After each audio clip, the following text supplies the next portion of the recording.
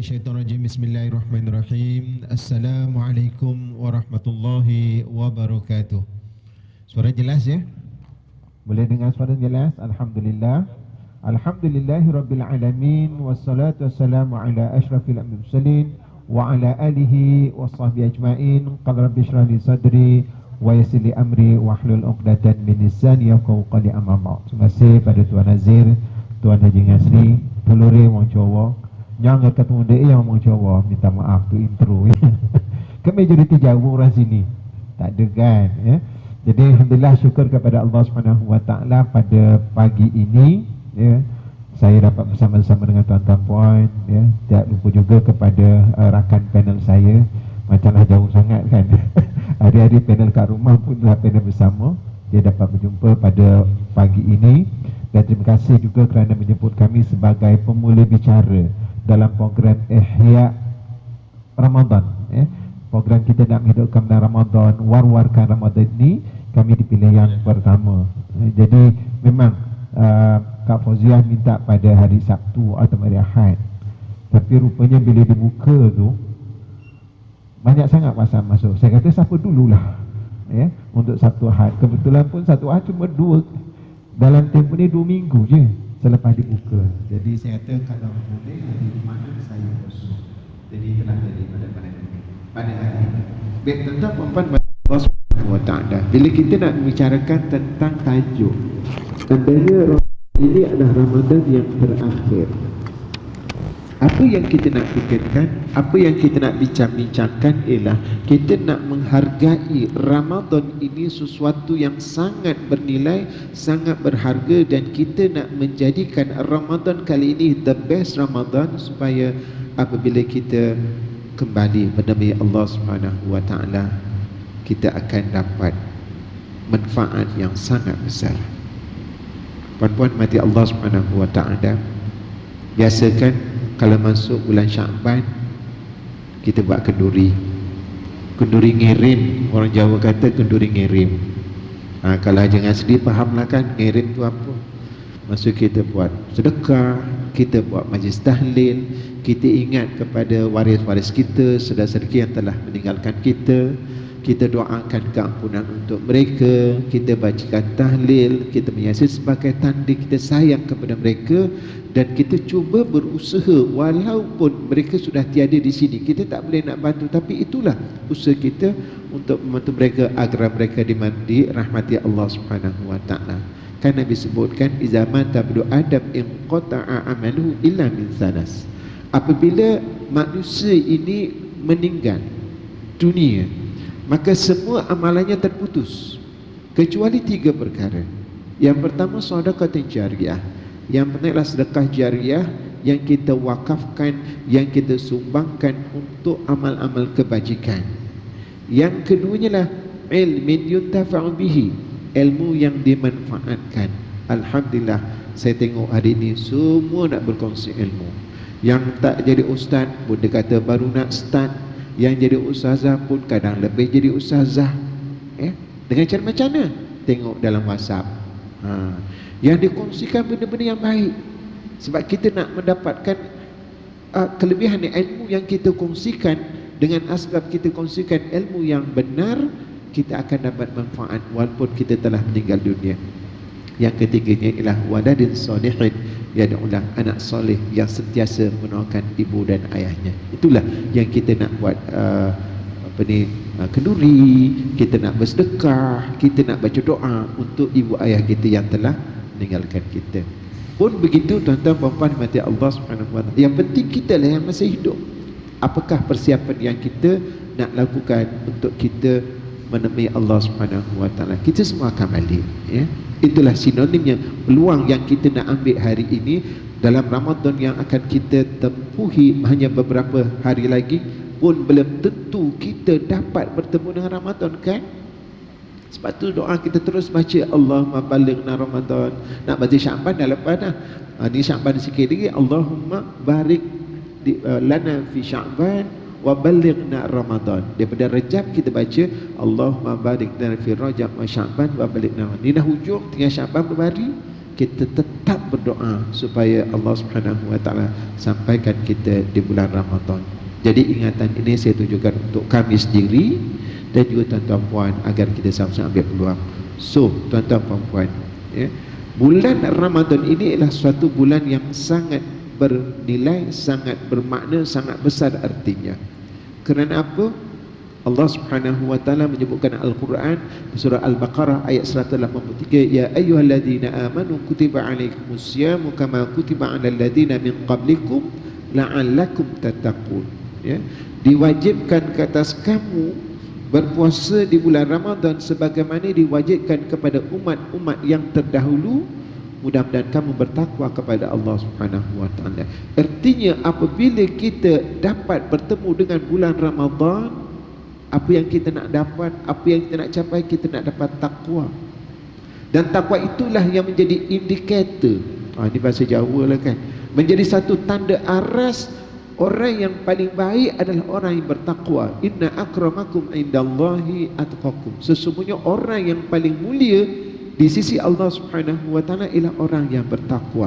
Justru itu marilah kita sama-sama berusaha menggunakan bulan Ramadan yang akan sampai, akan tiba tidak lama lagi, untuk kita benar-benar menjadi orang yang bertakwa, orang yang baik, orang yang soleh, orang yang hampir dengan Allah Subhanahu wa taala, orang yang tutur bicaranya menenangkan hati orang lain, orang yang sentiasa bersedekah walaupun hanya 5 sen, mungkin ada 5 sen, bukan jumlah yang besar, tetapi apa yang ada pada diri kita. Allah Ta'ala tak tengok waktu bersedekah RM1,000 ke RM100,000, tetapi bagaimana usahanya itu menundukkan nafsunya, keegoannya, sehingga sanggup untuk bersedekah. Kalau kita ada banyak, bagilah banyak. Kalau ada sedikit, berilah sedikit. Memang bulan Ramadan inilah bulan untuk bersedekah. Jadi untuk, sebab ni kami berdua ni pula asyik nak bercakap je kan, tapi saya kena kawal supaya fair and square antara saya dengan Ustazah. Tapi saya mulakan, Ustazah nak jeling-jeling termasuknya cepatlah bagi mic kat saya. Okey, rakan-rakan, teman-teman mati Allah Subhanahu wa taala, untuk pusingan yang pertama ini, ya, saya nak bawakan sebuah hadis Rasulullah SAW yang menyatakan tentang kelebihan Ramadan. Dia kata, man qama ramadhana imanan wa ihtisaban ghufira lahu ma taqaddama min dhanbi. Sesiapa yang menghidupkan bulan Ramadan, qama ni berdiri. Berdiri biasanya bila kita nak solat, kita berdiri, ya. Jadi artinya kita menghidupkan Ramadan dengan solat dan perkara-perkara yang lain, ibadat-ibadat yang lain, dengan penuh keimanan. Dan dia buat itu betul-betul kerana Allah Subhanahu wa taala. Yakin kalau aku solat pada malam ini, Allah Ta'ala akan terima amalan kita, dan Allah Ta'ala akan redha dengan apa yang kita lakukan, dan Allah Subhanahu wa taala akan lipat gandakan pahala yang kita lakukan di bulan Ramadan. Imanan wa ihtisaban, mengharapkan keredaan daripada Allah Subhanahu wa taala, bukan mengharapkan yang lain. Berpuasa ini hanyalah kerana Allah, bukan kerana tunjuk kat isteri ataupun malu kat isteri. Isteri puasa, kita tak puasa. Suami puasa, isteri tak puasa. Kalaupun dia tak puasa, dia pun nak menghidupkan roh puasa. Allah Ta'ala bagi cuti untuk wanita kan. Agaknya makan tu pada siang tu rasa bersalah tak? Orang yang beriman, walaupun dia tak boleh puasa, dia nak makan tu rasa bersalah, sebab lain orang lain puasa. Sebab itulah disunatkan bagi mereka-mereka yang tak boleh berpuasa, menahan diri juga daripada makan dan minum, untuk kita menghormati bulan Ramadan. Dan Nabi kata apa? Orang yang mendirikan Ramadan dengan penuh keimanan, dengan mengharapkan keredaan Allah Subhanahu wa taala, ghufira lahu ma taqaddama min dhanbi. Allah Taala akan ampunkan dosa-dosa kita yang telah lalu. Ma taqaddam, apa yang telah kita lakukan sebelum ini. Cuba bayangkan tuan-tuan dan puan, habis Ramadan, Allah Taala ampunkan dosa kita. Kita bertemu dengan Allah Subhanahu wa taala dalam keadaan bersih. Ya. Apakah yang akan kita dapat? Pastinya di akhirat nanti tidak ada pilihan lain, ya, melainkan dua, sama ada syurga ataupun neraka. Kalau saya tanya puan-puan, tuan-tuan, nak masuk syurga ke neraka? Anak kecil pun dia nak masuk syurga, dia tak nak masuk neraka, sebab tahu neraka ini adalah tempat yang sangat menyakitkan, tempat yang sangat menyusahkan, tempat yang sangat memeritkan, bukan sekadar keperitan yang ada di atas dunia. Kat dunia perit, susah, kita masih boleh hidup. Duduk tepi jalan, tak ada rumah pun masih boleh hidup. Tapi bayangkan kalau hidup di dalam api neraka, ya, dibakar dengan api neraka. Dan Nabi menggambarkan siksaan yang paling ringan adalah siksaan yang ditimpakan kepada bapa saudaranya Abu Talib. Abu Talib adalah individu yang sangat support kepada Rasulullah sallallahu alaihi wasallam. Pun begitu bagi dia rasa sedih kerana di akhir hayatnya ditakdirkan meninggal dalam keadaan tidak beriman dengan Allah Subhanahu wa taala, dan diceritakan serengan-rengan azab ilah memijak selipar daripada api neraka dan menggelegak otaknya. Allah Rabbi, ilahi lastu lil firdausi ahla wala aqwa ala naril jahim. Ya Allah, Tuhan kami, sesungguhnya kami ini tak layak nak masuk syurga-Mu ya Allah, tapi kami tak mampu untuk menghadapi siksa neraka-Mu ya Allah. Fahabli taubatan waghfir dhunubi. Kerana itulah ya Allah, Kau berilah keampunan dan Kau ampunkan dosa-dosa kami. Jadi bulan Ramadan ini Allah Subhanahu wa taala menjanjikan keampunan. Justru saya mengingatkan kepada diri saya sendiri dan kepada teman-teman rakan semua untuk kita gunakan peluang yang ada untuk kita memperbanyakkan amal ibadah, ya. Ikhlaskan segala amalan kita hanya kerana Allah Subhanahu wa taala, bersedekah semampu yang boleh, ya, memperbanyakkan bacaan Al-Quran. Mudah-mudahan kita dirahmati Allah Subhanahu wa taala. Jadi tuan-tuan puan-puan, dah 15 minit, ya. Saya rasa memang saya kena kawal diri saya bercakap. Pak Ustaz kata dulu Ustaz tak pandai bercakap, sekarang dah pandai bercakap. Jadi Ustazah mohon disambung, ya, tentang kelebihan Ramadan tadi, ya, bagaimana kita nak jadikan Ramadan kali ini Ramadan yang sangat bermakna. Seandainya inilah Ramadan yang terakhir, maka kita menemui Allah Subhanahu wa taala dalam keadaan yang sangat bertuah. Silakan Ustazah. Baik, bismillahirrahmanirrahim. Terima kasih kepada Ustaz Muhyiddin. Assalamualaikum warahmatullahi wabarakatuh. Alhamdulillahilladzi an'amana bi ni'matil imani wal islam, wa nusalli wa nusallim ala khairil anam Sayyidina wa maulana Muhammad wa ala alihi wa sahbihi wa barik wa sallam. Pada Tuan Pengerusi, Tuan Setiausaha, kepada anak anda, kameraman, Puan Hajah Fauziah, sahabat-sahabat muslimat yang berada bersama-sama dengan saya pada hari ini. Sebelum kita memulakan bicara, apa kata kita niat, dekat dalam masjid ni tak ramai orang berpeluang untuk sampai ke masjid. Hari Jumaat pula kita direzekikan kan untuk berada di rumah Allah. Jadi kita niat untuk beriktikaf, ya, di rumah Allah ini untuk kita dapatkan manfaat lah, ya. Kalau kita masuk masjid, kita baca doa dia, Allahumma ftah li abwaba rahmatik. Nanti keluar tu baca doa, insya-Allah dah letak dah tu, Allahumma inni as'aluka min fadlik. Jadi doa. Kemudian yang paling baik adalah kita fokus yang untuk ibadah lah, insya-Allah. Baik, tuan-tuan puan-puan, saya nak memulakan tajuk yang baik ini. Andai ini Ramadan yang terakhir, kalau Ustaz tadi dah bincang keinginan kita, harapan kita dan kerinduan kita itu untuk bertemu dengan Allah dan nak rasanya masuk ke syurga. Jadi saya nak memulakan, andai kata ini Ramadan yang terakhir kita baca sajaklah puisi. Boleh ke? Cuba nanti tuan-tuan puan-puan hayatilah puisi ni. Saya ambil daripada website Kembara Sufi. So kalau ada siapa yang boleh tengok internet, boleh tengok sekali. Jadi kita boleh baca dia punya wording dia. Saya nak buat sajak ni, dia tak sempat nak fikir. Dia kena berangan dulu kan. Sehari baru boleh keluar sajak. Jadi bila tengok ni, cantiknya, sedap sangat dia punya kalimah-kalimah dan wording dia. Okey. Bismillahirrahmanirrahim. Andai ini Ramadan yang terakhir, andainya ku tahu bulan Ramadan ini yang terakhir, tentu siangnya sibuk berzikir, tentu tak akan jemu melagukan syair rindu, mendayu, merayu kepada Tuhan yang satu. Andai ku tahu ini Ramadan yang terakhir, tentu solat ku kerjakan di awal waktu. Setiap solat yang ku kerjakan sungguh khusyuk lagi tawaduk. Tubuh dan kalbuku bersatu. memperhambakan diri menghadap Rabbul Jalil, menangisi kecurangan janji inna salati wa nusuki wa mahyaya wa mamati lillahi rabbil alamin, yakni sesungguhnya solatku, ibadahku, hidupku dan matiku kuserahkan hanya kepada Allah, Tuhan seru sekalian alam.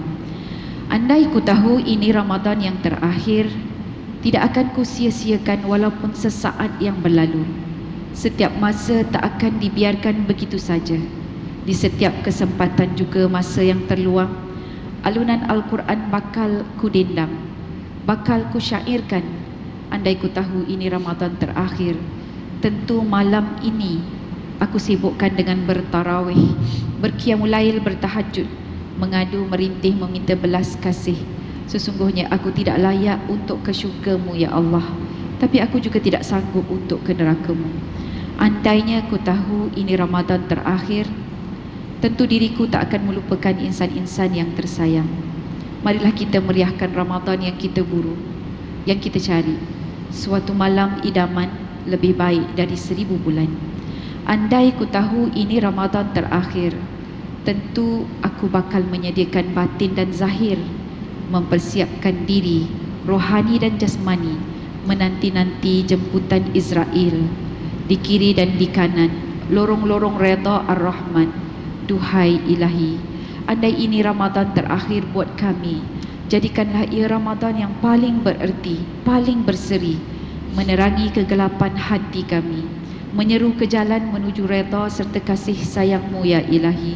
Semoga bakal mewarnai kehidupan kami di sana nanti.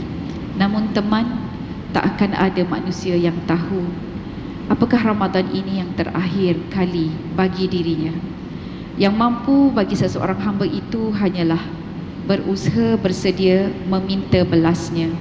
Andai benar ini Ramadan terakhir buat diri ini, maafkan semua kesalahan dan kesilapan yang pernah aku lakukan.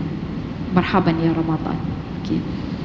Jadi alhamdulillah tuan-tuan puan-puan, itu puisi permulaan ya, tentang, maksudnya tak adalah puisi lagi selepas ini. Jadi permulaan bicara kita pada hari ini. Dan saya kira bila kita dah merasakan kalau Ramadan ini Ramadan yang terakhir, inilah satu-satunya peluang yang kita ada kan. Dan memang hakikatnya hari ke sehari ini makin kita dengar ramai pula yang meninggal dunia. Orang-orang yang kita kenali yang tahun lepas kita sambut Ramadan bersama-sama tuan-puan.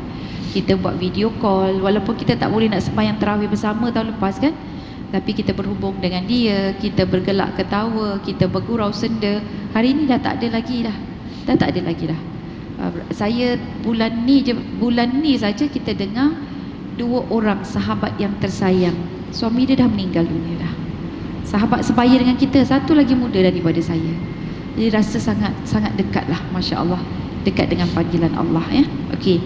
Jadi untuk itu sangat penting, selain daripada apa yang Ustaz sebut kelebihan bulan Ramadan, mari kita cuba lihat tawaran yang disediakan oleh Allah Subhanahu Wa Taala di dalam bulan Ramadan. Maksud atau matlamat puasa dan Ramadan itu adalah untuk menjana takwa. Itu yang Ustaz sebut tadi. Dan takwa ini penting sebab dia nak melonjakkan darjat kita di sisi Allah. Kita nak baiknya diri kita ini pada pandangan Allah, sebab tu kita kena capai takwa. Dan Allah dah bagi jalan dia dah. La'allakum tattaqun. Mudah-mudahan kamu bertakwa. Maka pada bulan Ramadan ini cuba kita singkap. Ada beberapa kelebihan dan tawaran yang diberikan oleh Allah Jalla wa'ala, dan tak patut sungguh-sungguh kita ignore atau kesampingkan, kita abaikan. Jangan. Jadi kita catat tuan-tuan dan puan-puan, mudah-mudahan dengan cara ini kita boleh membesarkan takwa kita, membina takwa kita, dan kemudian akhirnya nanti kita tak akan ada rasa terkilan ya? Tak ada rasa terkilan. Sebab bila anda Ramadan terakhir ni rasa macam sedihnya, kita rasa macam tak ada peluang lagi ya? Jadi kita tak nak ada rasa terkilan itu. Okey, yang pertama tuan-tuan dan puan-puan, nak jadi orang yang bertakwa, Ramadan menyediakan peluang ataupun tawaran mendekati Al-Quran. Mari kita sama-sama dalam bulan Ramadan ini kita mempergiatkan lagi bacaan Al-Quran kita. lazimi tuan-puan. Kalau waktu-waktu biasa saya ada dengar makcik-makcik yang mondok, yang pergi belajar dekat pondok. Yang saya tahu ni pondok Ustaz Kazim, Datuk Ustaz Kazim Ilyas. Makcik ni umur dalam lebih kurang 70 tahun plus. Apa 70 tahun kat sini? Tak ada tak ada 70 tahun Maksudnya masih, oh ada lagi puan, Masya Allah, 70 tahun plus. Ni baya ibu saya ni 70 tahun. Dia boleh menghabiskan atau mengkhatam Al-Quran 3 hari sekali. Setiap 3 hari khatam Al-Quran, setiap 3 hari khatam Al-Quran. Agak-agak kalau kita buat yang sama bulan Ramadan ini, berapa kali boleh kita khatam Al-Quran sebulan? Kalau 3 hari sekali, berapa? 10 kali, kan? 10 kali khatam Al-Quran. Jadi makcik ini di luar Ramadan. Maksudnya kalaulah dia khatam Al-Quran 3 hari sekali, sehari itu dia peruntukkan 10 juzuk. 1 juzuk biasanya 1 jam. Kalau kita baca direct, baca direct 1 jam lebih kurang. Laju sikit baca 45 minit. Lagi laju 30 minit. Lagi laju 20 minit. Tengoklah kelajuan dia. Macam mana kan apa yang dia bawa tu. Tapi jangan langgarlah tajwid.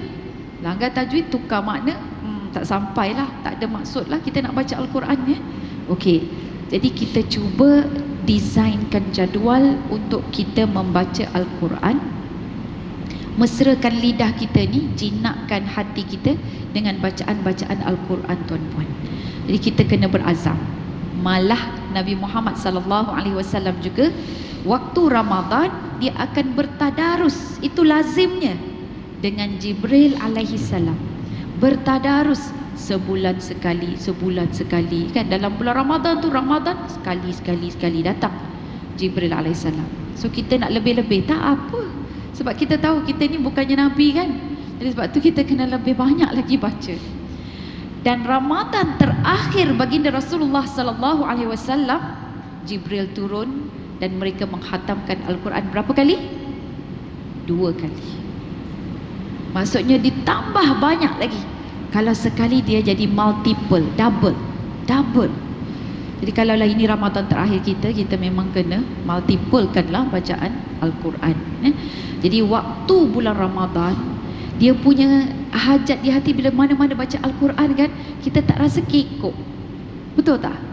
Kita duk tunggu azan baca Al-Quran. Orang tak rasa kekok mandang, tak ada. Dia tahu tu baca Al-Quran, dia pula rasa malu sebab tak baca Al-Quran. Kau tunggulah Grab sekejap kan, baca Al-Quran. Kita tengok kakak kita buat, tengok Shopee ke Lazada ke kan, dia tengok baca Al-Quran. Orang tak heran. Jadi kita pun tak adalah rasa macam nanti kan orang kata apalah pula. Tak ada. Bulan Ramadan ni bacalah Al-Quran sebanyak-banyaknya, maka orang lain yang pandang dia rasa malu tuan-puan. Jadi kita pun rasa seronok untuk membaca Al-Quran. So lepas baca Al-Quran, kalau tak dapat nak habis, tak dapat nak khatam, tak apa, cuba khatamkan terjemahan pula. Siapa yang dah habis nak terus terjemahan, lagi bagus. Baca terjemahan dia je. Baca terjemahan dia. Hati kita akan rasa macam tertarik-tarik tuan-puan, macam nak tahu lebih. Dan terkadang bila kita baca terjemahan tu, kita seolah-olah macam sampai kepada satu keadaan, kita kata, betul ke ini ayat daripada Allah? Macam first time dengar. Seolah-olah Al-Quran berbicara dengan kita. Ini kalam Allah, mukjizat tu. Jadi bila kita baca terjemahan dia, macam kita rasa Allah cakap dengan kita. Dan kalau tak rasa, kena wujudkan perasaan itu. Sebab sememangnya Allah sedang bercakap-cakap dengan kita. Dan siapa yang dah terjemahan Al-Quran sudah khatam, cuba lagi one step advance, tengok pula tafsir. Tafsir ni ada tafsir Ibnu Katsir, Al-Maraghi, ada tafsir Al-Azim, tafsir Fi Zilalil Quran, macam-macam lagi lah tafsir Buya Hamka pun ada. So buka, baca. Tak dapat semua, ini confirm bulan Ramadan tak boleh habis tafsir tu.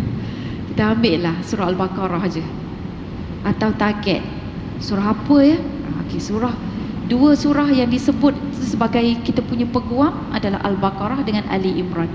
Tengok, ambil Satu lagi surah yang menyinari kubur kita. Apa surahnya? Surah Al-Mulk. Jadi kita boleh tengok pula.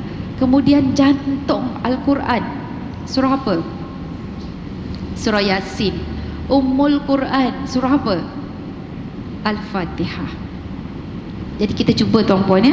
Oh, dia punya mic ni dia tarik suara juga Ustaz. Dia tarik suara saya. Boleh? So Ustaz diam dululah. Nanti saya saya serah. Itu baru satu. Yang kedua tuan-puan, apa dia tawaran Ramadan? Tawaran Ramadan yang kedua adalah syaitan-syaitan yang kapten dia dibelenggu. Wasulsilatis syayatin, sabda Nabi, atau wasuffidatis syayatin, dibelenggu segala syaitan. Maka Imam Al-Qurtubi mengatakan bila syaitan itu dibelenggu, dia maksudnya ada tiga. Nombor satu, kapten syaitan dibelenggu, tapi anak-anak AJK dia, working committee dia, operational committee dia masih bergiat cergas. Steering committee kena belenggu dah, kena gari.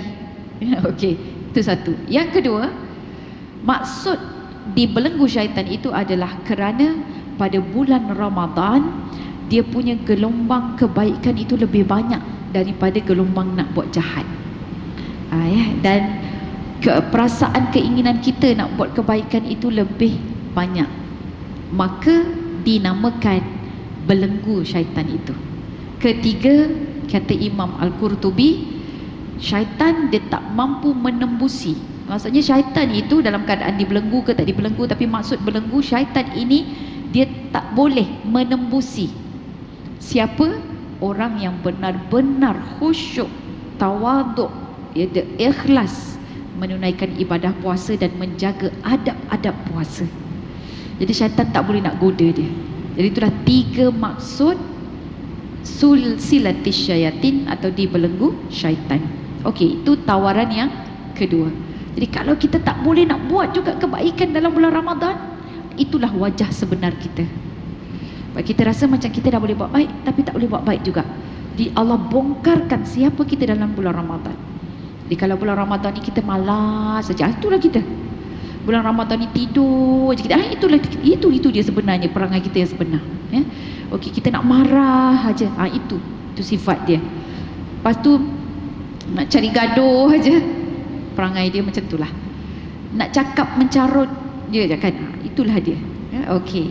Baik, jadi kita boleh scan sekali dalam bulan Ramadan. Rahmatnya bulan Ramadan. So jadi dengan kata lain, nak takwa dekat dengan Al-Quran. Nak takwa banyakkan amalan baik, ya.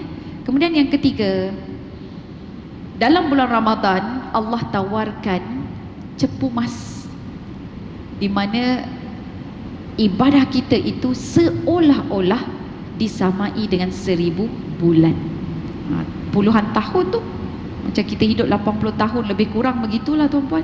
1000 bulan tu kan. Okey, dibahagi dengan 12, macam lebih kurang 80 tahun macam tu. So bermaksud kita ini ada umur lagi. Kan anda ini Ramadan terakhir, tapi kalau kita dapat malam Lailatul Qadar, seolah-olah kita dihidupkan lagi.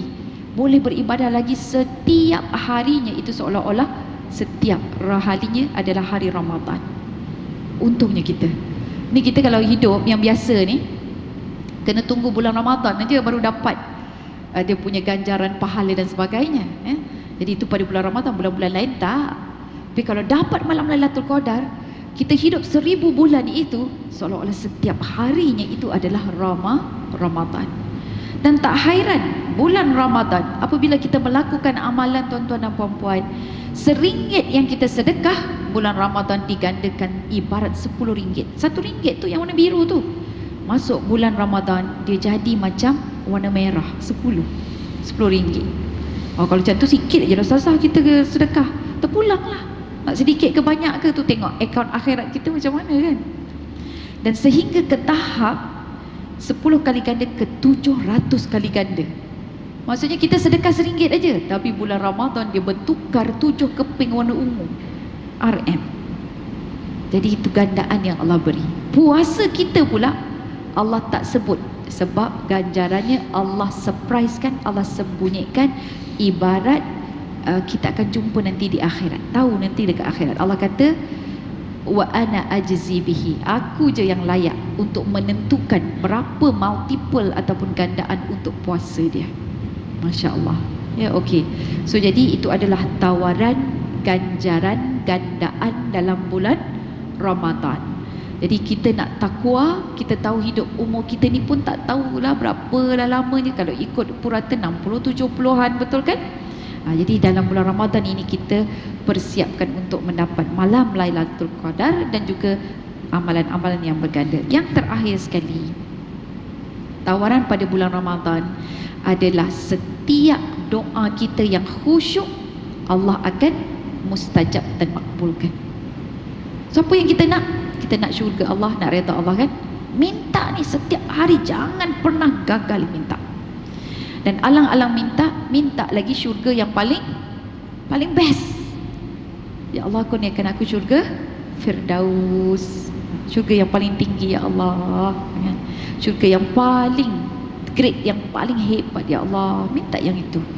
Jadi setiap hari dalam bulan puasa, bulan Ramadan, bagi orang-orang yang berpuasa dengan khusyuk, dengan tawaduk, maka kita mendapat tawaran dimakbulkan doa. Jadi ada banyak hadis di mana dalam sebuah hadis diriwayatkan baginda Rasulullah SAW bersabda, Inna lillahi fi kulli yawmin itqa'a minan nar fi syahri Ramadan wa inna likulli muslimin da'watan yad'u biha fayastajibulah.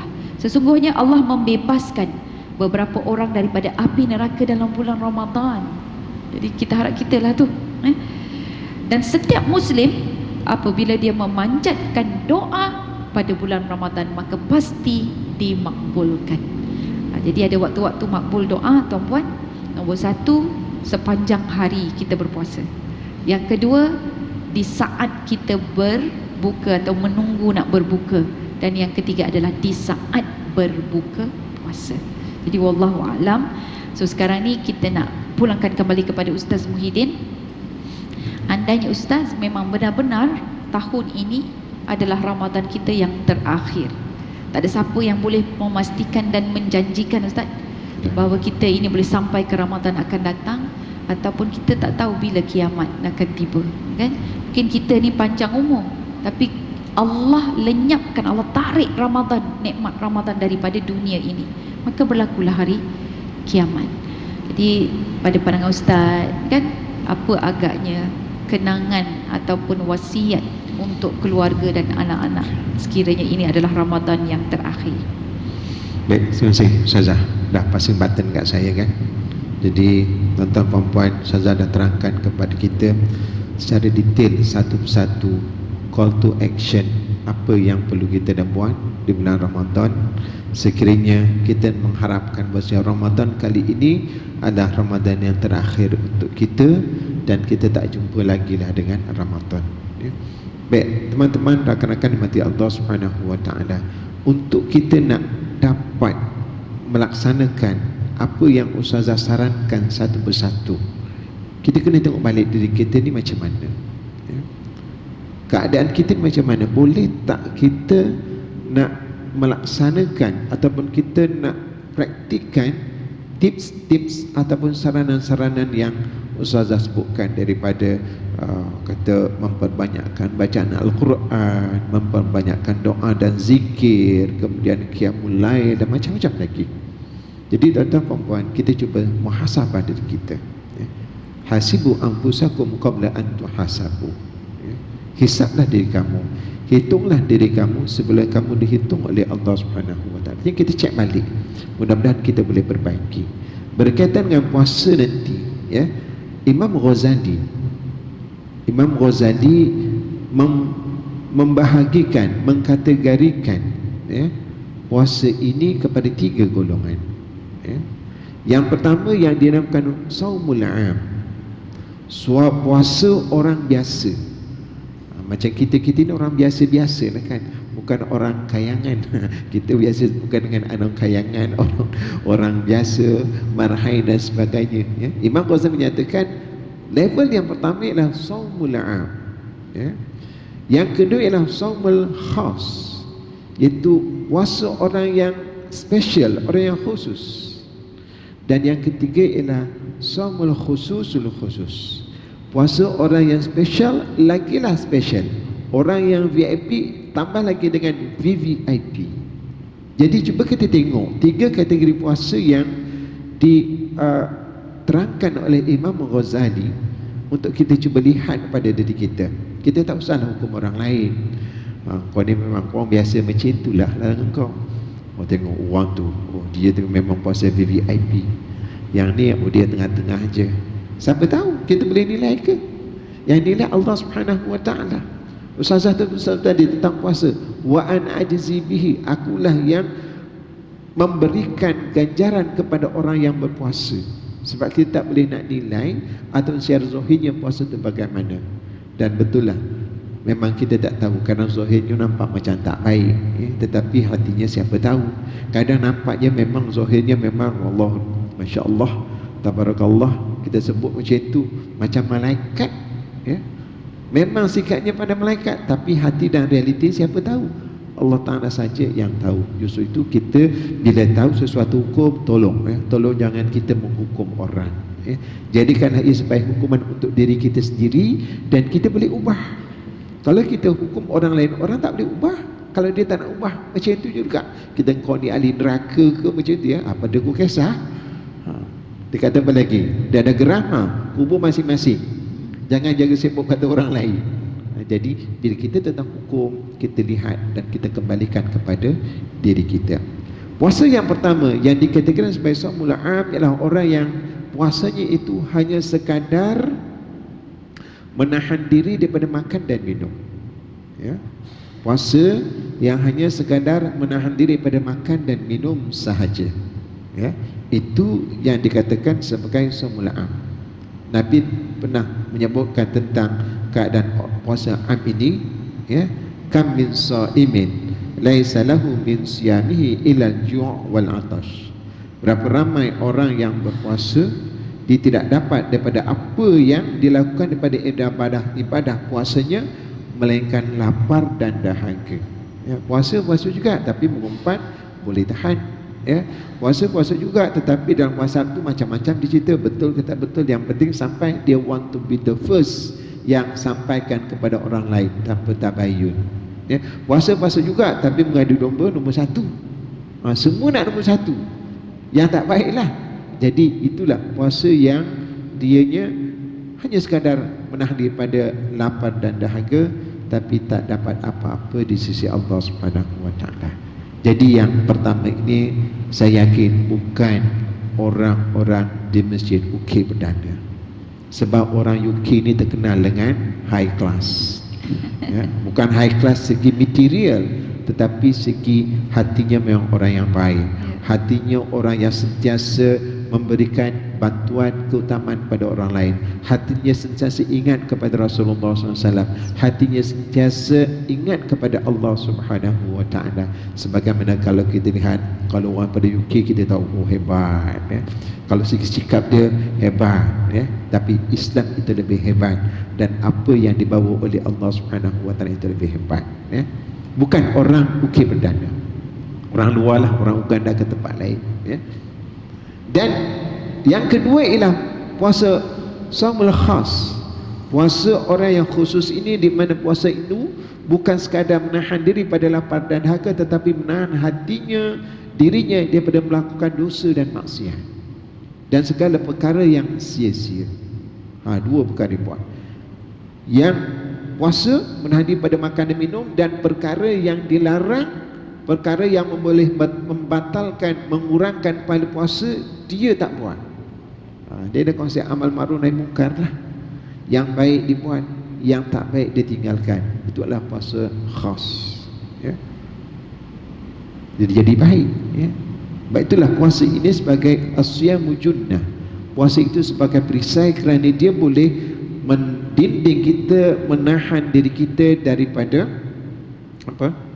mendiri kita daripada melakukan perkara-perkara yang tak baik, perkara-perkara yang sia-sia, perkara yang membawa murka Allah Subhanahu wa taala. Jadi yang kedua ni kita cuba berusaha, paling tidak yang kedua lah, jangan yang pertama. Kalau pertama itu jadi orang yang rugi namanya. ya, khaba wa khasara man adraka Ramadan falam yughfar lah.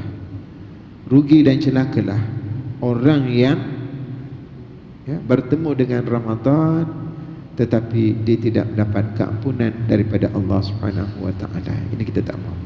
Sia-sia saja puasa yang dibuat. Memanglah segi kewajiban puasa itu terangkat, tetapi nilainya itu tidak ada. Allah Ta'ala tak pandang kita. Cuba bayangkan rakan-rakan, teman-teman, kita rasa kita dah cukup baiklah kat dunia ni. Kita kata kita orang yang beriman, orang yang baik, tapi bila bertemu dengan Allah Subhanahu wa taala, Allah Ta'ala kata awak penipu, awak pendusta, awak buat tunjuk-tunjuk ke orang. Wa ma hum bimu'minin yukhadi'una Allah wa huwa yukhadi'un. Ya. Allah Ta'ala menafikan mereka sebagai orang beriman dan mereka menipu Allah. Sedangkan Allah Subhanahu wa taala tidak pernah dan tidak boleh ditipu pun. Allah Ta'ala mengetahui segala-galanya. Itu yang kedua. Kalau boleh dapat kedua, alhamdulillah. Dan kalau boleh kita berusaha untuk yang ketiga, kerana kita rasa puasa inilah Ramadan yang terakhir, iaitu puasa khususul khusus. Imam Ghazali mendetailkan ciri-ciri puasa orang yang khususul khusus ini. Dia bukan hanya sekadar puasa zahir, tapi batinnya juga berpuasa, dan hatinya itu sentiasa mengharapkan keredaan Allah Subhanahu wa taala, dan tidak ada apa-apa yang diharapkan daripada ibadah puasanya hanyalah semata-mata kerana Allah, dan dia puasa itu kerana Allah. Itulah yang Allah Ta'ala kata wa ana jazibihi, ya, yada'u ta'amahu wa syarabahu li ajdi. Akulah yang akan memberikan ganjaran pahala ikutlah suka hati aku nak bagi berapa. Kalau sembahyang, malaikat catat dah ada kaedah dia. Dia tahu orang ni khusyuk tak khusyuk, dia catatnya pahalanya berapa. Tapi puasa Allah Ta'ala saja yang tahu. Allah Ta'ala yang akan memberikan pahala berlipat kali ganda. Jadi orang-orang yang khususul khusus ini, ya, bukan sekadar menahan daripada lapar dan dahaga, tapi setiap waktunya sentiasa ingat kepada Allah Subhanahu wa taala. Setiap waktu yang terluang dia akan gunakan untuk beribadah, membaca Al-Quran, berselawat, berzikir, dan pada waktu malamnya sentiasa berusaha untuk qiyamul lail.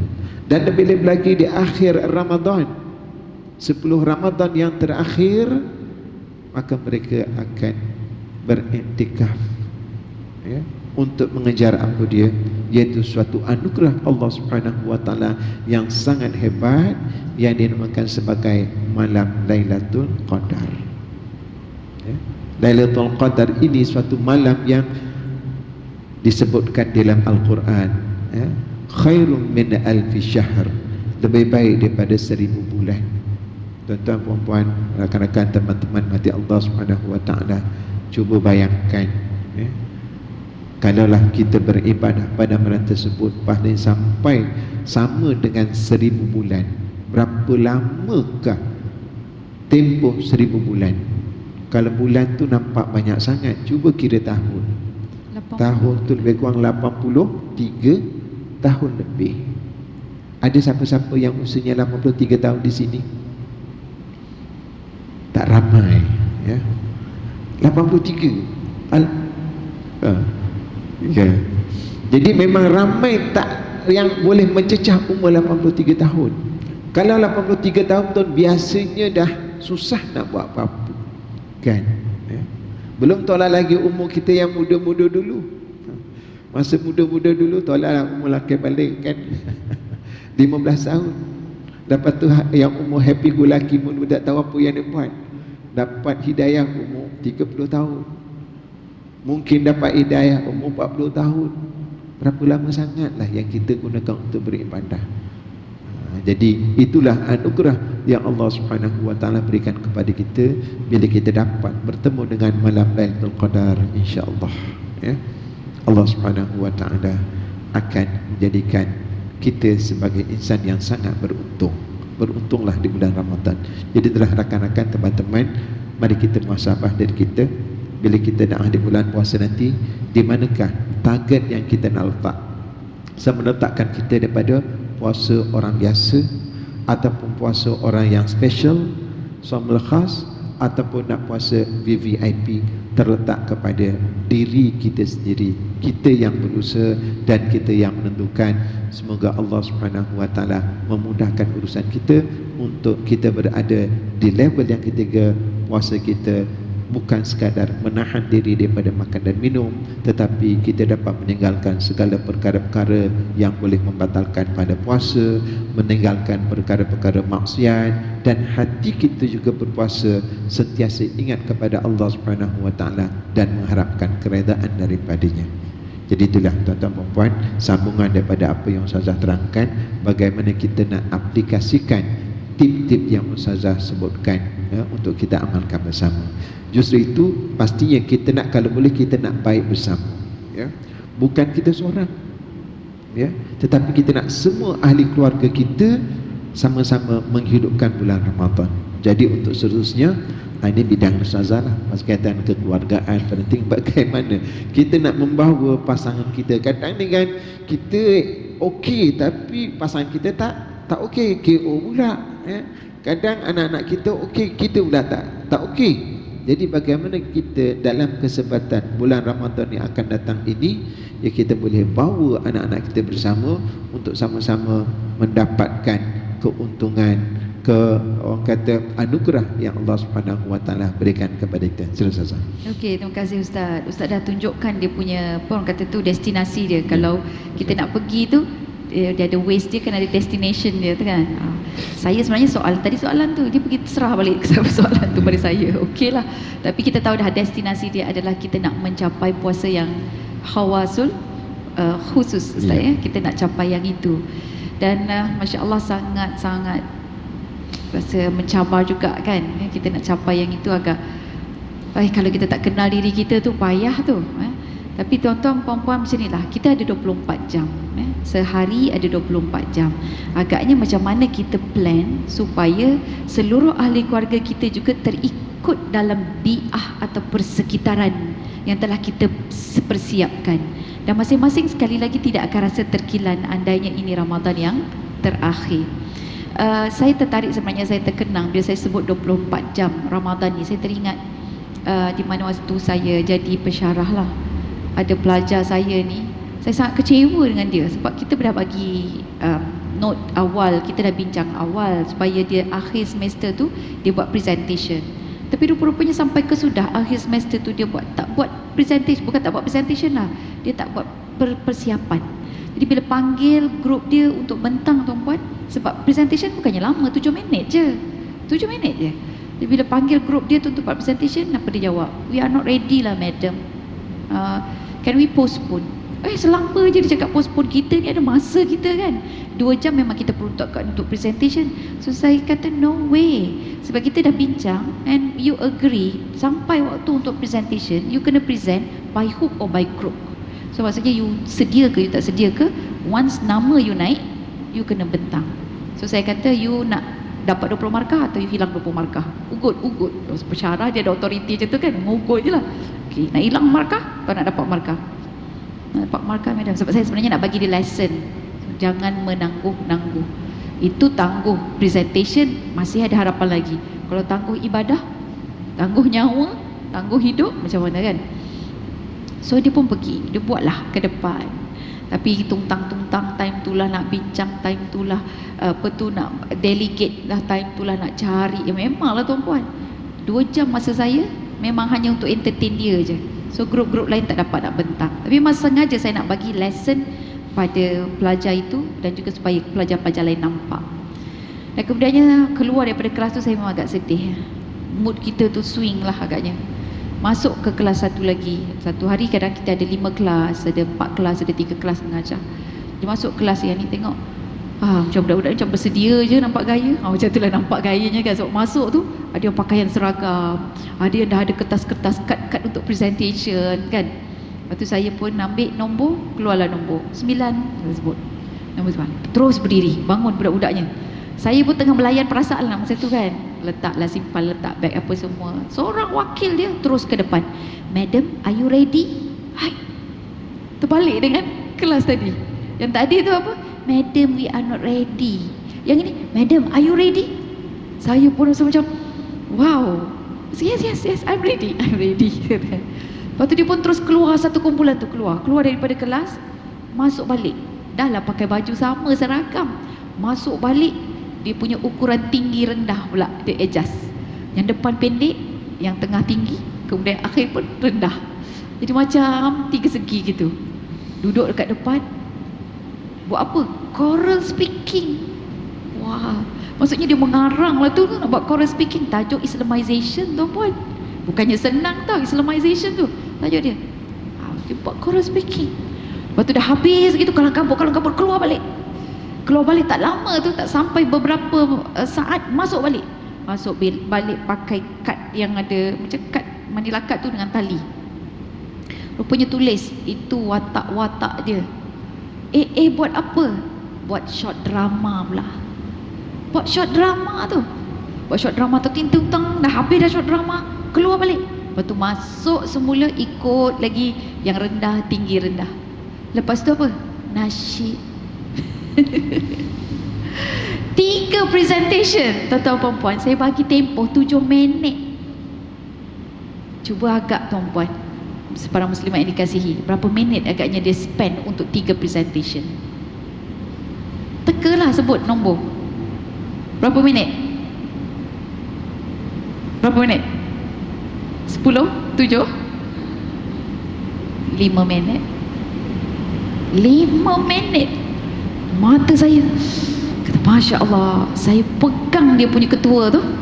Saya tanya dia, this is amazing, the presentation is awesome. Saya kata, how could you do this? Dan dia jawab, we plan and we prepare, madam. Dia sebut 2 P tu, we plan, we prepare. Terus masuk dalam hati saya. Saya tersandar tuan-puan. Saya kata, Masya Allah, Allah tunjukkan saya di satu wajah anak-anak kita macam tu, pada wajah yang lain anak-anak kita sangat-sangat hebat. Dan kemudian dalam perjalanan balik saya menangislah, menitik air mata saya. Saya kata, Ya Allah, thank you so much. I love my students. I learn a lot from my student. Tapi 2 benda tu lah, plan and prepare. Yang ini seolah-olah memberitahu pada saya bahawa hidup kita tu tak lama. If you plan, you prepare, you boleh dapat quality macam kerja dia. So the same thing goes to us. Kalau hari ini Ramadan yang terakhir buat kita, kita kena plan dan kita kena prepare tuan-puan. So siap sedia, saya ada 40 aktiviti yang saya nak kongsikan dengan tuan-tuan puan-puan. Kita senaraikan untuk harian Ramadan kita. Kalau kita buat, percayalah kita akan rasa puas, ya?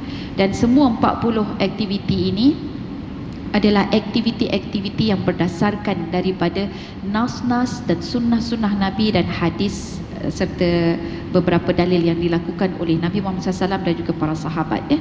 Okey, yang pertama tuan-tuan puan-puan, bangun tidur, terus bersihkan diri, segera berwuduk, niat dalam hati nak lepaskan kita daripada belitan syaitan. Okey, tulis saja, bangun tidur, wuduk, niat lepaskan diri daripada belitan syaitan. Kan kita tidur, syaitan kan ikat kita.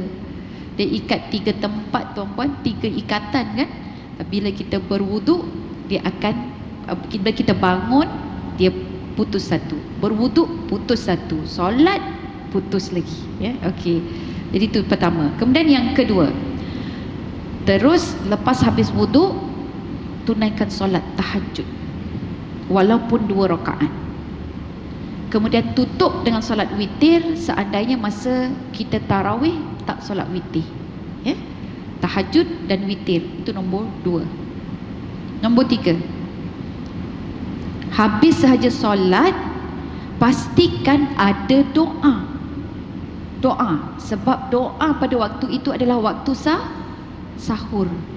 Waktu sahur, istighfar kita, minta keampunan kita, doa kita mustajab pada Allah. Dia kata ibarat panah yang terkena pada tempat panahan dia tu sangat tepat, ya. Okey, yang keberapa dah tu? 3. Yang keempat, melakukan persiapan untuk makan sahur. Ajak keluarga kita sama-sama semua. Anak lelaki ke, anak perempuan ke, bawa terus ke dapur tuan-puan. Ajak sekali, yang mana tolong hidangkan dengan pinggan ke, yang mana nak makan roti bakar ke kan. Tapi dalam banyak-banyak sahur, makanan apa yang paling barakah? Apa dia? Kena kurma, Masya Allah. Itu memang ada dekat dalam hadis, disebutkan bahawa bila kita bersahur dengan kurma, kurma itu ada barakah. Kita makan kurma, barakah. Di waktu sahur yang barakah. Dan itu dah double barakah. Tuan-tuan perempuan, sikit saja. Itu nombor berapa tu tadi? Nombor 4 kan? Kita, yang kelima nanti saya sambung. Saya masa sebelum Syakban, waktu bulan Rejab tu, cakap dengan Ustaz, jom Ustaz kita bisnes, nak kita bisnes cari produk. Ustaz kata dah nak Ramadan ni, produk yang terbaik kurma lah. Saya tahu okey lah, jomlah kita cari kurma. Cari-cari kurma tuan-puan, nak jual, sebab teringat tahun lepas tu susah juga dapat bekalan kurma tau. Dia pergi juga ke kedai Arab dekat Ampang tu, dia punya kurma tu macam kurang sikit berkualiti.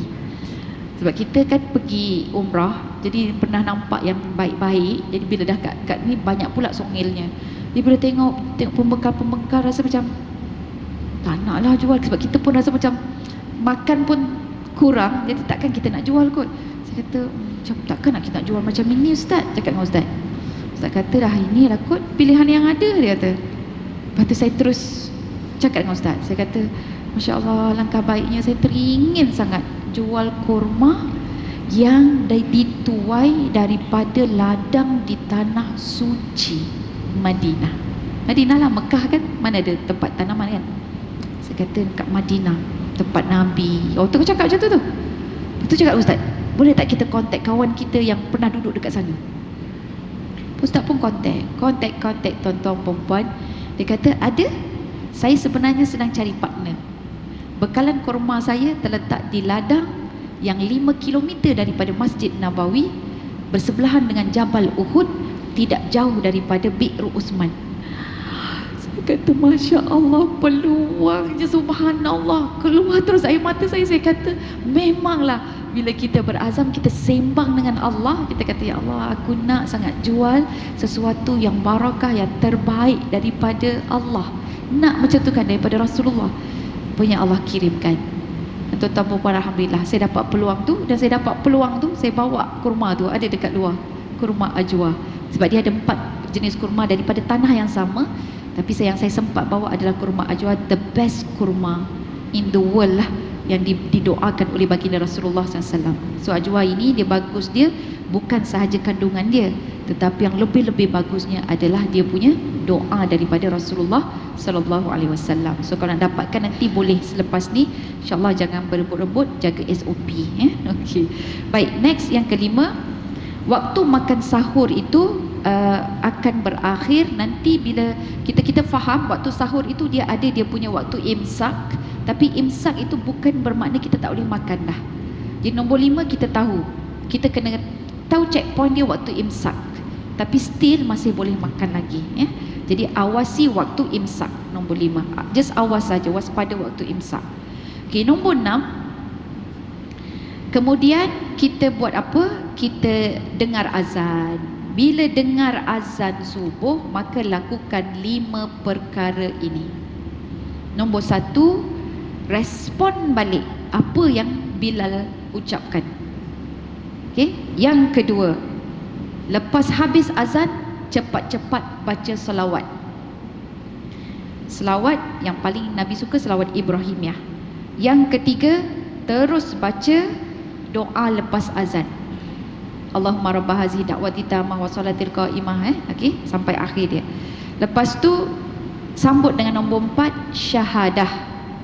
Baca syahadah, ucapkan syahadah, dan sambung terus raditu billahi rabba wa bil islami dina wa bi Muhammadin nabiyya wa rasulah. Dan yang kelima terakhir sekali, antara azan dan iqamah, doa. Berdoa 3 perkara tuan-puan. Doa ibu ayah kita, kedua doa diri kita dan keluarga kita, nombor 3 doa untuk umat Islam seluruhnya. Okey. Dah habis azan tuan-puan, sambil menunggu untuk solat dan sebagainya, kita solat sunat dulu. Solat sunat qabliyah subuh. Okey, cikgu. Okey. Itu nombor berapa dah tu? Nombor Okey, yes. 7. Okey. Jadi kita Alhamdulillah. solat sunat qabliyah. Ya Ustaz. Tak Ustazah, saya dialihkan sebab Ya. kena matahari atas tu. Baik. Bukan nak ke depan dia. Dan lepas solat sunat qabliyah itu baca istighfar dan sempatkan baca Al-Quran. Okey? Itu yang keberapa dah tu? 8. Yang ke-9 tuan-puan, sesiapa yang masih menanggung hadas, sama ada period ke, sama ada berjunub ke, maka segerakan mandi. Ya, segerakan mandi dan nanti boleh terus solat. Okey. Kemudian yang ke-10,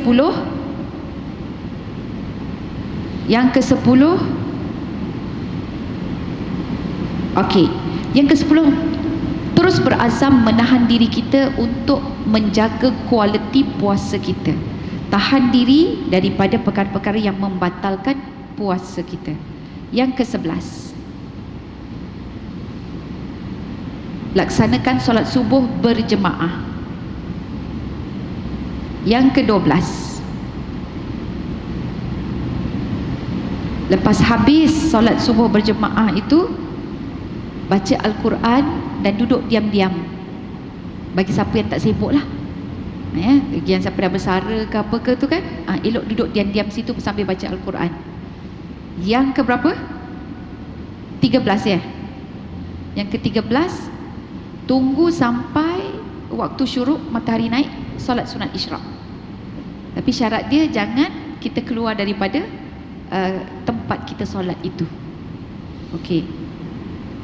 Solat isyraq. Kalau tak pasti, tulis saja solat sunat isyraq, kemudian nanti cari balik macam manakah cara menunaikan solat sunat isyraq yang terbaik. Saya tak ada masa ni. Okey, yang ke-13. Yang ke-14, teruskan zikir dan beristighfar, bersolawat. Zikir, istighfar dan selawat. Yang ke-15, tinggalkan perkara-perkara yang haram daripada lisan kita. So misalnya nak mendengar ke apa ke kan, deria kita lah, daripada lisan kita dan daripada deria kita. Yang ke-16, solat sunat duha. Yang ke-17, sedekah. Yang ke-18, baca lagi Al-Quran. Yang ke-19, buatlah kerja seperti biasa.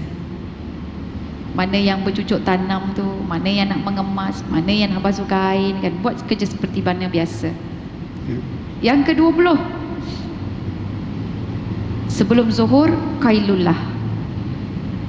Sebelum zuhur qailullah, tidur sebelum zuhur. Tidur sebentar, di dalam 15 minit begitu. 21, azan zuhur berkumandang, jawab azan, buat yang 5 benda yang saya sebutkan tadi. Jawab azan, lepas habis baca selawat, kemudian baca doa selepas azan, lepas tu baca syahadah dan raditu billahi rabba, kemudian berdoa. 5. Kemudian habis sahaja azan, bersiap, wuduk dan sebagainya, lakukan solat sunat qabliyah zuhur. Ikan 4 rakaat kan? 4 rakaat dengan 2 salam. Okey. Yang ke-23, lepas solat zuhur, lepas baca Al-Quran sekejap, siapkan makan berbuka puasa. You awalnya Ustazah? Ya, tulis saja. Lepas zuhur, buat untuk berbuka puasa. Kemudian ajaklah siapa ahli keluarga kita boleh bantu. Yang ke-24, masuk azan asar, lakukan juga 5 benda tu, 5 perkara tu, sambung dengan sunat qabliyah asar. Okey, sambung sunat qabliyah asar. 25, solat asar berjemaah. Dan dilarang melakukan solat sunat selepas asar.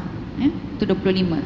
26, makanan yang kita agih-agihkan tu, yang makanan kita dah masak tu, agih-agihkan. Mana satu untuk diberi kepada orang yang berpuasa bagi dia berbuka.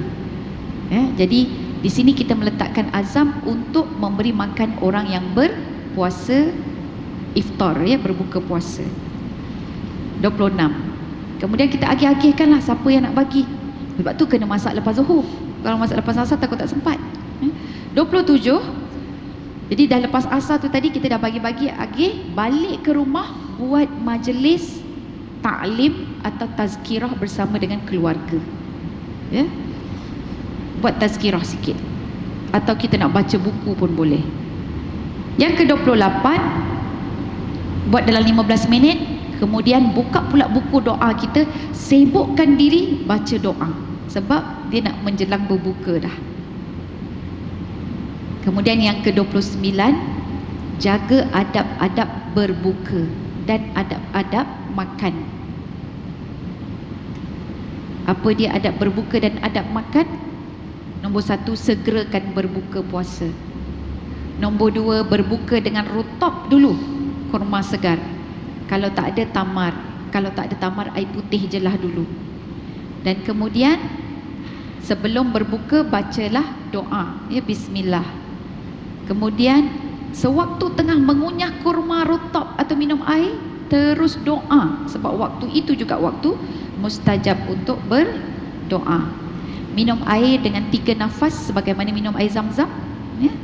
Kemudian lepas selesai makan bacalah alhamdulillah. Itu set adab berbuka dan makan. Nombor 30, sambil makan, sambil dengar azan, jangan lupa jawab azan. Dan buat 5 benda tu juga, baca selawat, baca doa lepas azan dan sebagainya lah hingga ke akhirnya. 31, segera tunaikan solat maghrib berjamaah. Lepas tu diikuti dengan solat sunat rawatib. Lepas tu 32, bacalah zikir dan doa. 33, sambung makan balik. Masya Allah, laju je semua tulis tu. Sambung makan balik. 34, buat persiapan untuk solat isyak dan tarawih. Pakai pakaian yang cantik. 35, azan isyak berkumandang, jawab muazzin. Kemudian laksanakan solat isyak berjemaah dan solat sunat rawatibnya. 36, solat tarawih berjemaah. 37, tunggu solat sunat tarawih itu sampai imam habis. Sebab bila kita dapat solat isyak berjemaah, solat tarawih berjemaah, solat subuh berjemaah, dikirakan kita solat sepanjang malam. Okey, tapi solat tarawihnya tu kena tunggu imam habis. Jangan kita 8 aja kita belah, ada jadi tak dapat lah. Solat tarawihnya dapat, tapi tidak dikira sebagai solat sepanjang malam. 38, baca doa lagi selepas solat witir. 39, bertadarus, tadarus Al-Quran. 40, tidur awal. 40, tidurlah awal. Habis, alhamdulillah. Boleh dah sempat catat tu. Jadi mudah-mudahan 40 tu banyak tu saya bagi kan. Jadi bila ada, kita boleh kumpulkan ahli keluarga kita dan kita kata ini adalah kita punya jadual bulan Ramadan ini. Semoga Ramadan ini memberikan kebaikan yang lebih dan terbaik buat diri kita, insya-Allah. So jadi saya serahkan kepada Ustaz dalam tempoh 4 minit. Mungkin untuk kesimpulan, minta maaf Ustaz, saya terlebih ambil banyak. Alhamdulillah, Ustaz serahkan kembali. Baik, alhamdulillah tuan-tuan dan puan-puan. Jadi saya ni terpaksa bergerak ke depan belakang sebab panas. Ke depan dengan depan lagi, saya kena ke belakang lagi tu aja.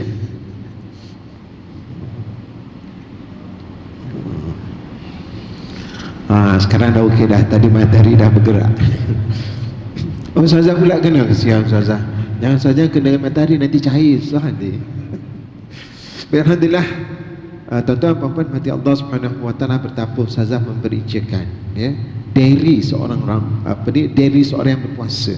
Daripada bangun pagi, ya, apa yang perlu dibuat sebelum sahur, ya, lepas sahur, harinya, kemudian nak berbuka sampai nak tidur balik, ya. Betapa panduan itu sudah lengkap untuk kita menjadi yang terbaik, ya.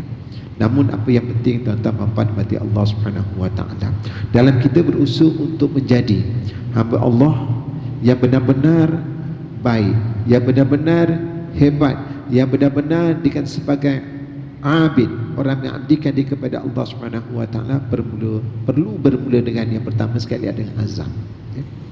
Nabi pun sebut innamal a'malu binniyat, sesungguhnya amalan itu bermula dengan niat, ya. Jadi apapun kita mulakan niat, kita azam kita tahun ini kita nak puasa kita lebih baik daripada puasa yang lepas. Jadi tak jadi tu nombor 2, ya. Inilah tahun lepas pun dah macam mana, dah macam ini, berserah tak kena tempat. Azam tu kena ada. Azam tahun ni saya nak cukupkan, ya, puasa, tu mestilah, jangan gagalkan. Nak baca Quran, nak habiskan 30 juzuk, berusahalah, tak habis tak apa. I think target itulah yang kita letakkan di hadapan, menjadi panduan kepada kita, menjadi kekuatan kepada kita, jadi motivasi kita untuk menjadi yang terbaik. Itu yang pertama, niat. Dia niat itu bukan sendiri-sendiri saja, tapi kongsikan dengan semua ahli keluarga. Bincang dengan pasangan, kalau suami dengan isteri yang agaknya tahun ni kita kena berusaha lebih baik lah, ya.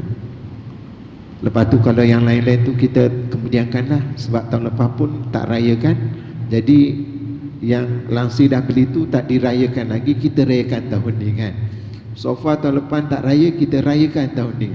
Contohnya begitu. Jadi benda-benda yang berkaitan dengan keduniaan yang tak perlu kita nak tu, ketepikan dulu, kita fokus kepada hubungan kita dengan Allah Subhanahu wa taala. Bincang dengan anak-anak pun sama. Sebab kalau anak-anak pun kita nak arah-arah susah juga, ya. Silap arah, melenting pula kita yang terasa. Kadang kita silap, kadang tak boleh nak cakap secara, dah melenting pula, kita jadi marah anak-anak pula. Tadi mungkin anak marah dengan kita pula dengan anak. Jadi eloknya berbincang, ya. Jangan dengan anak macam mana kita nak menghadiri Ramadan, ya. Dan kita sambil fikir bagaimana kalau kita Ramadan inilah yang terakhir, selepas ini Allah Subhanahu wa taala panggil kita, bagaimana kita nak menghadapinya. Itu yang kedua, plan to action, ya. Tadi Ustazah guide to action dah ada, sekarang nak plan. Plan itu pun dia nak laksanakan, kena tengok kemampuan, kedudukan semua ahli keluarga kita. Macam kita lah, ya, nak buat rumah contohnya, kita dah ada tahu nak buat rumah ni, step pertama, kedua, ketiga, keempat. Ustazah nak terangkan nak buat rumah banglo contoh dia, 1, 2, 3, 4, dah ada panduan. Jadi bila kita nak buat, kita duduk balik, tengok balik kemampuan kita macam mana, kewangan kita macam mana, ya, ilmu kita macam mana. Puasa pun sama juga. Kalau kita ilmu kita puasa kita tak clear lagi, kita mantapkan ilmu berkaitan dengan puasa. Bacaan Al-Quran, yang kita nak baca Al-Quran bersungguh-sungguh dalam Ramadan, kita tak lancar lagi. Sebelum Ramadan ini kita lancarkan, ya, bacaan Al-Quran kita. Malam kita tak biasa nak bangun, kita nak bangun Ramadan ni kan, mula latih daripada sekarang. Bangun awal, paksa kejutkan macam anak-anak untuk sama-sama bangun awal. Jadi itulah dan kita untuk kita menjadi yang terbaik akhirnya, ya. Setelah kita merancang, kita berazam, kita berusaha, dan selebihnya itu tawakal ala Allah, sentiasa bermohon doa kepada Allah Subhanahu wa taala agar kita ditetapkan istiqamah, konsisten istiqamah dalam kita melakukan amal ibadah kita. Jangan hangat teh ayam. Semangat je tinggi, buat kali pertama dah, lepas tu tak buat. Malam pertama sampai tak cukup masjid kita nak buat salat tarawih. Tadi pun Tuan Nazir dah sebutkan, ya, takut malam pertama tak cukup tempat. Sebab biasa malam pertama dia lebih hebat daripada salat Jumaat, terpaksa pasang kemah, ya. Tapi malam seterusnya berkurang dan berkurang, ya. Jadi begitulah kita nak, kalau boleh, kalau penuh di awal Ramadan, di akhir Ramadan pun kita penuh juga. Di awal Ramadan kita baca Quran satu helai contoh dia, berterusanlah. Khairul a'mali adwamuha wa in qalla. Nabi sebut sebagai amalan itu ialah amalan yang konsisten, yang berterusan walaupun sedikit. Mudah-mudahan Allah Subhanahu Wa Taala terima amalan kita. Jadi itulah sedikit nak kata forum tu bukan forum, lebih kurang buat bicara lah ya. Nak kata sembang santai tapi nampak serius juga tadi, sebab ada orang kata bahagian 15 minit macam dah di-schedule kami itu. Kalau dekat rancangan TV contohnya Assalam kan, dia orang sembang-sembang ya. Tu Assalamualaikum, kemudian kalau selamat pagi Malaysia hari ini, ada orang tu bertukar-tukar, sambung menyambung. Jadi Malaysia Ilmu tu alhamdulillah nampak ada persefahaman ada orang kata kaitan di antara satu sama lain. Namun begitu, atas kekurangan dan kelemahan ya, pihak kami mohon ampun dan maaf. Mudah-mudahan kita dapat bertemu lagi di masa yang datang. Dan sebelum saya tutup, mungkin Ustazah last minute je Ustazah. Tak sedap pula Ustazah kena ada final lesson juga, seminit dua. Sila Ustazah.